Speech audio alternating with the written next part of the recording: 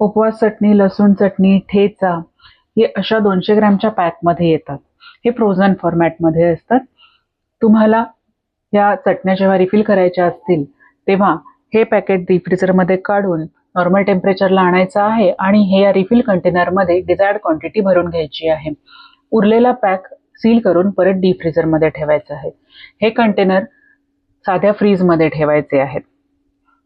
उपासाचं थालीपीठ, साबुदाणा वडा किंवा उपासाच्या पदार्थांसाठी आपण ही उपासाची चटणी देतो. त्याचं सर्विंग हे 10 ग्रॅमचं आहे. हे पार्सल कसं द्यायचं ते आपण बघूया. ही उपास चटणी आता या रिफिल कंटेनरमध्ये काढून ठेवलेली आहे. हे पार्सल देताना आपण हा डीप कंटेनर वापरणार आहोत. तो वेइंग स्केलवर ठेवून घेऊया आणि त्याचं टेरवेट 0 करूया. आता 10 ग्रॅम चटणी आपण भरूया.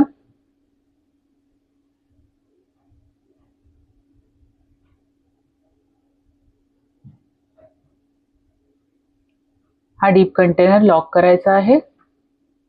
मागून प्रेस करत करत पुढे यायचं आहे. हे बघा, साधारण अर्धा डीप कंटेनर ही चटणी भरते. आता हा डीप कंटेनर लॉक करूया. अशा पद्धतीने तुम्ही चटणीचे डीप कंटेनर भरून फ्रीजमध्ये ठेवू शकता, साधारण 2 दिवसाचे. हे पार्सल रेडी आहे.